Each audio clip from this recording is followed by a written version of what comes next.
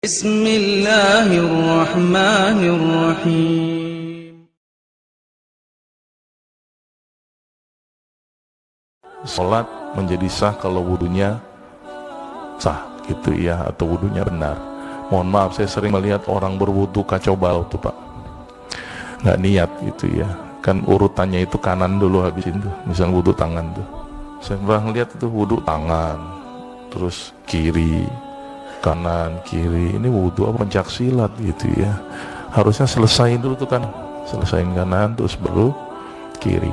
Dan ini sela-sela jali nih. Sering kan wudu kita nggak niat, kadang-kadang cuman, padahal ini harus di sela-sela jari.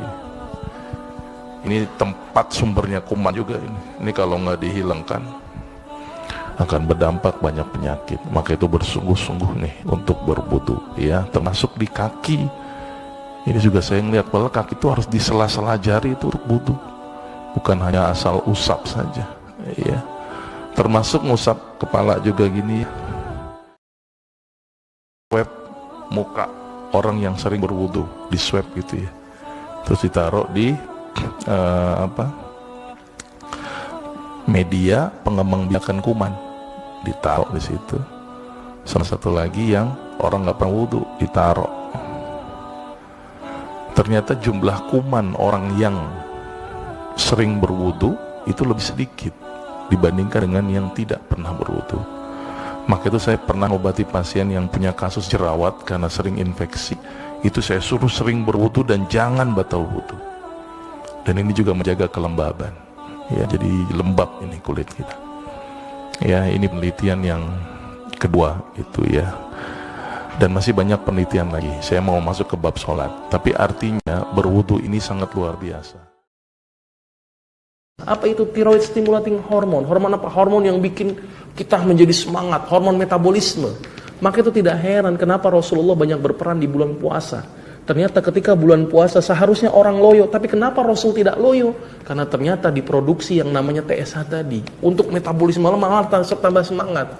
Ditambah lagi dengan adanya glukagon, kekuatannya menjadi lebih luar biasa. Orang kafir berperang memikirkan makan, orang muslim berperan tidak mikirin makan, karena sudah disiapkan dengan glukagon, disiapkan dengan ACTH, disiapkan juga dengan TSH-nya.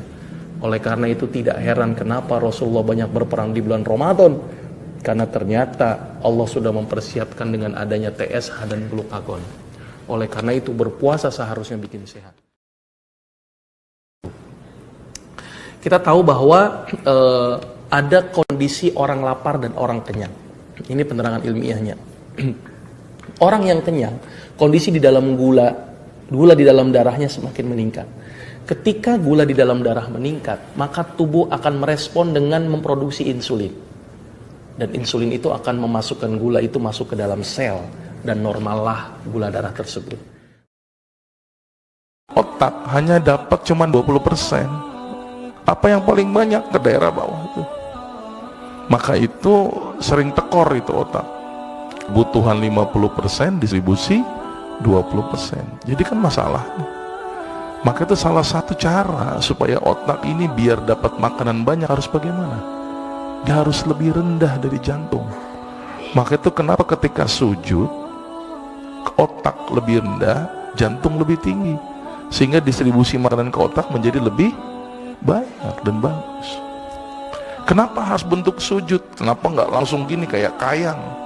Bahaya itu kalau kayang Pak, terlalu cepat. Maka itu dibikin sudut, jadi distribusinya nggak terlalu cepat. Dan ternyata aktivitas kepala lebih rendah itu jarang dilakukan oleh kita Pak, sangat jarang. Maka itu orang-orang yang rajin sujud, wah ya efeknya luar biasa. Saya langsung bab sholat. Saya tertarik nih dengan sholat ini, karena ternyata sholat ini banyak juga penelitian-penelitian yang menunjukkan efek terhadap kesehatan. Saya akan mulai dengan takbir ya, gini ya. Ini kalau bicara otot, maka banyak otot yang bisa diperbaiki.